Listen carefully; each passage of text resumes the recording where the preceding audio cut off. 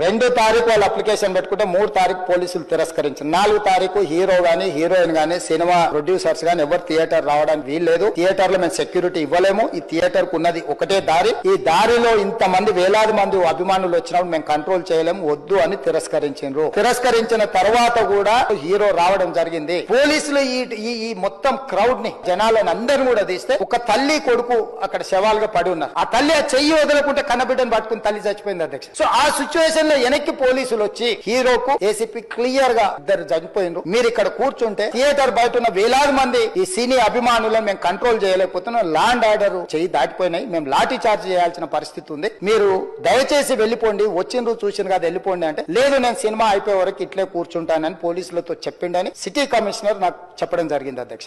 Control కాకపోవడంతో అప్పుడు DCP మీరు ఇక్కడ నుంచి కదలాల్సిందే, లేకపోతే మిమ్మల్ని పోలీస్ స్టేషన్ కు తీసుకెళ్లాల్సిన పరిస్థితి వస్తది. బలవంతంగా అతన్ని